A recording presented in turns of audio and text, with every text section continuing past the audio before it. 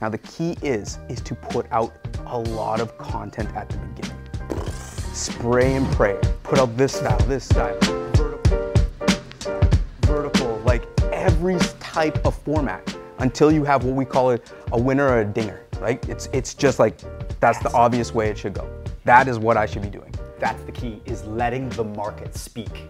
We've learned too many times that the market will speak. And if you put enough out there, the answers will come back. And it's different for everyone, and we've seen it. It's like, okay, this practitioner does really well with knife and short form content.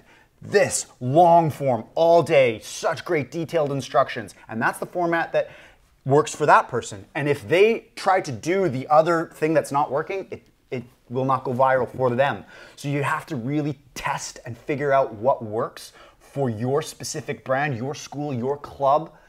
And I'll guarantee you, every single one of you in this room has some amazing stories to tell with the students that you're coaching. And if they want to get involved, yeah, what young fighter wouldn't want to get their story out there and blow up on social media? Now let's talk business strategy, right? How do you use content in order to drive sales? There's only 3 levers you can pull to grow your business. 3. That's simple, plain. You can grow your customer base. You can increase the customer value, so your lifetime value or the amount that you're charging your current customers. Or you can de-risk the business, that you're getting more leverage where you can step away from it and go start something else and grow that like a franchise model, or go put your time somewhere else as well too. 3 levers to pull. A lot of people want to focus on the getting more customers, right? How do I get more customers? How do I get more people through the door? And until you get to a point where you're using paid advertisement, it's really difficult. But there are some ways that you can do that.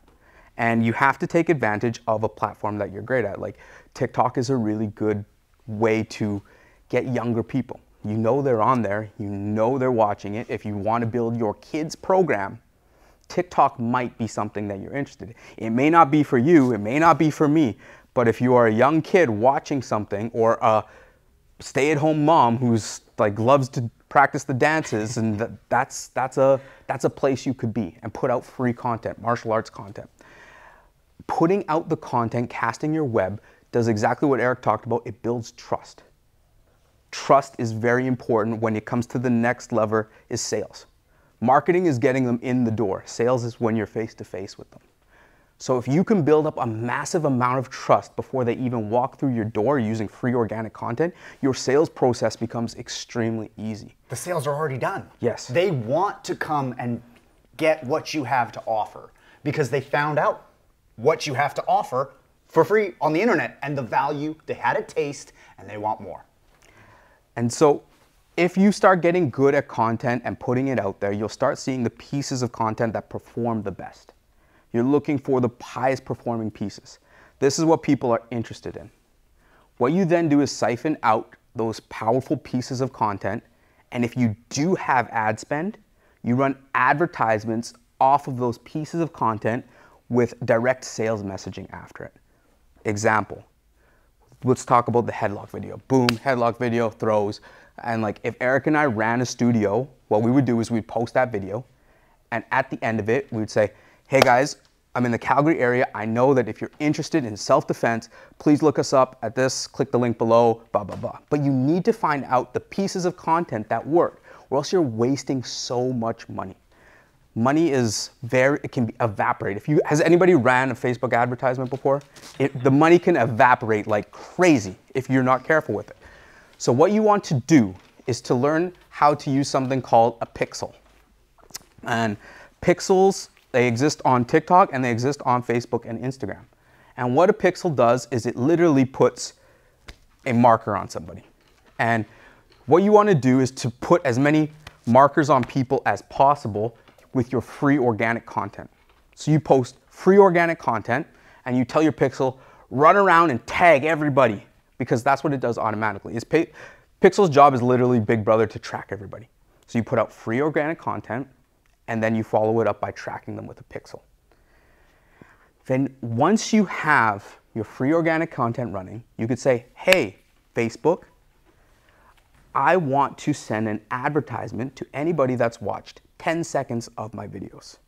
And I want it to say, and invite them to my studio, or anybody in the Calgary area that wants to watch my videos, or anybody in this area during this time that wants to watch my videos. That is a very powerful, potent way to decrease your advertising spend and increase your conversion rate in order to get customers.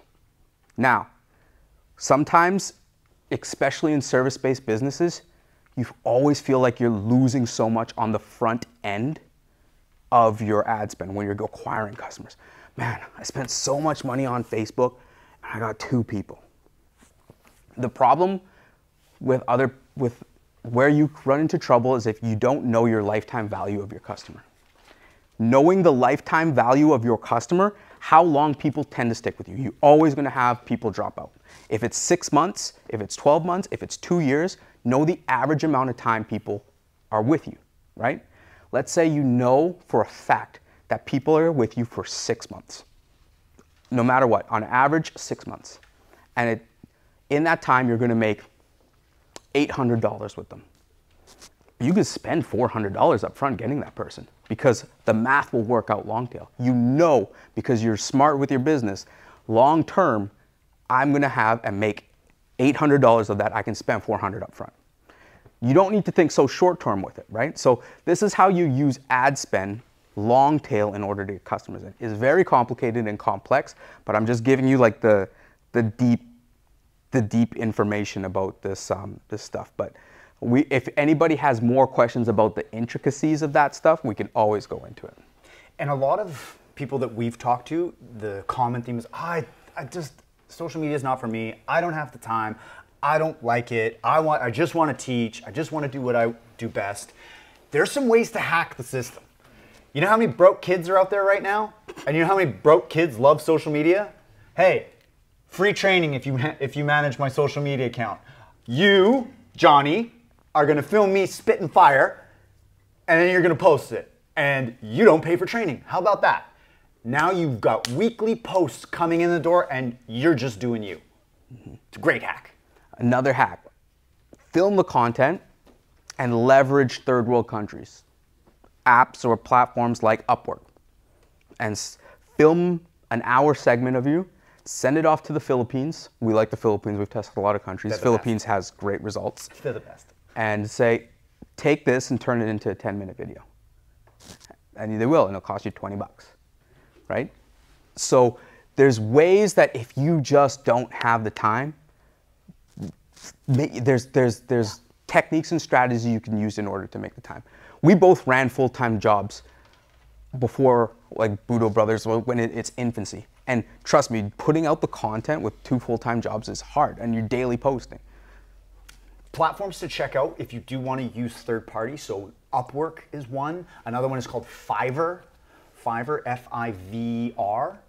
These are all shared work platforms where creators can come, hey, I'm a video editor. Now you will have to kiss some toads to figure out who is best, but you're risking 30 bucks to figure out they suck. Yeah. It's not that bad. But once you find somebody who understands your look, your feel, what kind of content style you like, they're an asset that's going to keep delivering. We've got some great editors that we work with, and they're super affordable. And when we're too busy traveling and we love editing our own content because we pour our hearts and souls into everything we do, and we actually enjoy the process as well. But when we're just slammed, we got to keep the posts going because that's what keeps new customers coming into our door. Yes. So when we do get really slammed, we offload it. We say, hey, we're out there gathering content. We put it on Dropbox. We send it to our editors. 3 to 5 days later, we get hot videos that we can just post and ghost.